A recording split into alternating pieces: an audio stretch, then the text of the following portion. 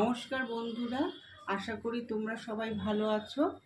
আজকে তো প্রচণ্ড ঠান্ডা পড়েছে, তাই ভাবলাম রাত্রে সোয়াবিনের তরকারি বানিয়ে তোমাদেরকে একটু দেখাই। তা আমি এখন শুরু করছি, তোমরা দেখো। প্রথমে তেল দিয়ে দিলাম। আজকে আমি সাদা তেল ব্যবহার করছি।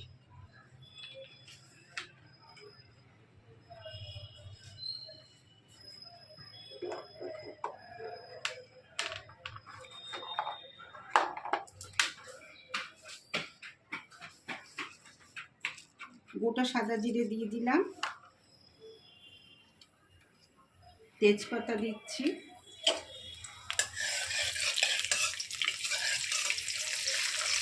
একটু নেড়ে নিচ্ছি।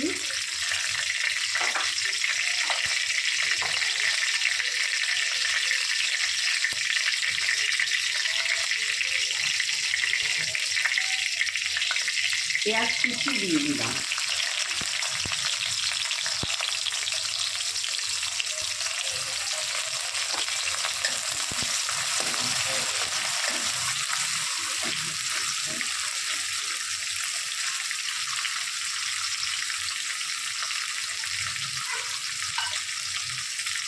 অল্প লবণ দিচ্ছি।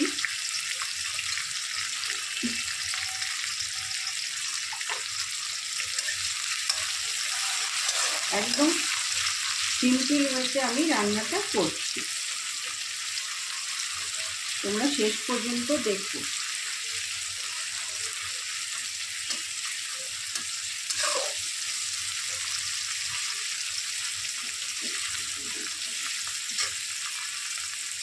এবার রসুন কুচিগুলো দিলাম।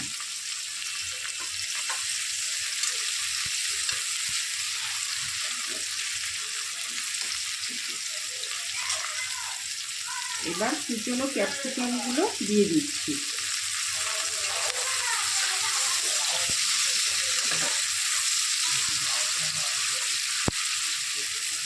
অল্প ভেজে নিচ্ছি, খুব বেশি ভাজবো না।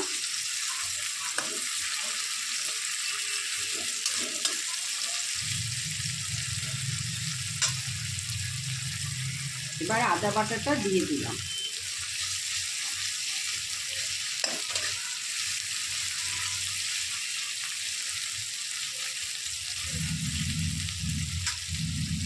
এবার কুচনো লঙ্কাগুলো দিয়ে দিলাম।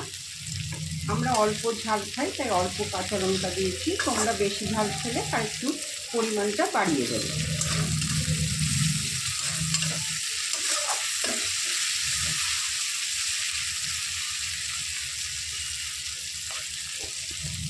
এবার আমি সোয়াবিনগুলো এতক্ষণ আমি গরম জলে ভিজিয়ে রেখেছিলাম 10 মিনিটের মতো। এবার এই সোয়াবিনগুলো জলের মধ্যে জল থেকে ছিপে ছিপে দিচ্ছি।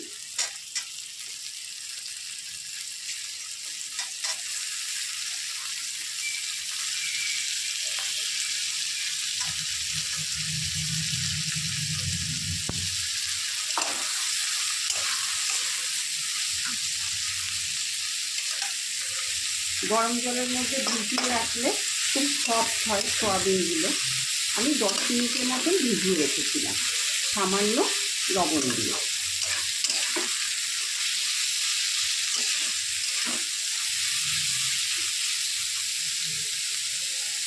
এবার আমি একে একে দেব হলুদ আর জিরের গুঁড়ো।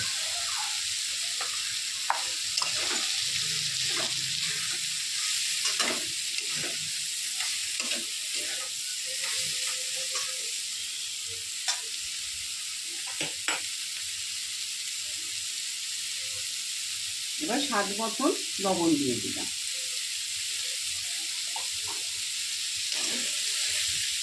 আবারও একটুখানি নেড়ে নিচ্ছি।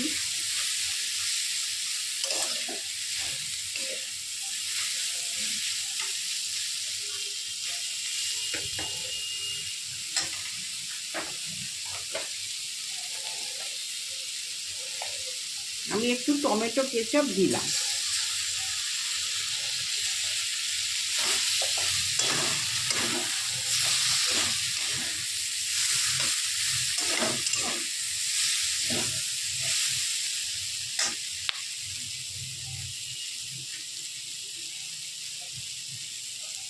এবার একটু মটরশুঁটি দিচ্ছি।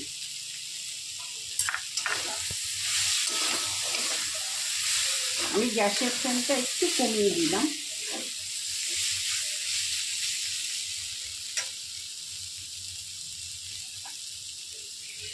এবার স্বাদ মতন অল্প চিনি দিচ্ছি। তোমরা এটা অপশনাল, তোমরা ইচ্ছে করলে নাও দিতে পারো।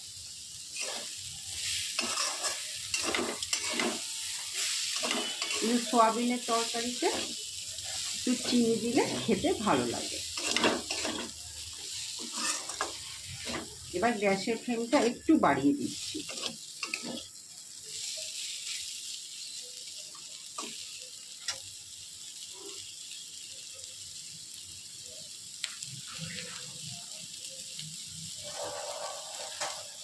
এবার আমি জল দিয়ে দিচ্ছি।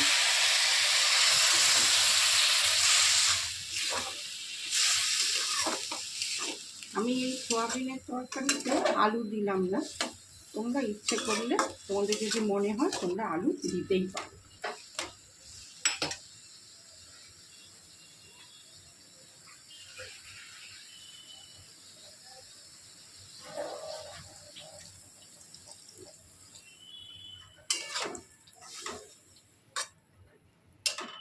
এটা বেশি ঝোল রাখবো না।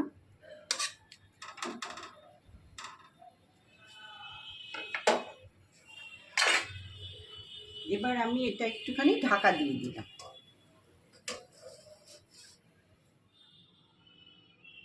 তৈরি হয়ে গেল সোয়াবিনের তরকারি। এটা খুব একদম সিম্পলভাবে আমি করেছি। তোমরা এই তরকারিটা ভাত, রুটি, পরোটা, লুচি সব কিছুর সঙ্গেই খেতে পারবে। আর তোমরাও এরকম তৈরি করো। আর কেমন হয় খেতে আমাকে কমেন্ট বক্সে জানাতে ভুলো না।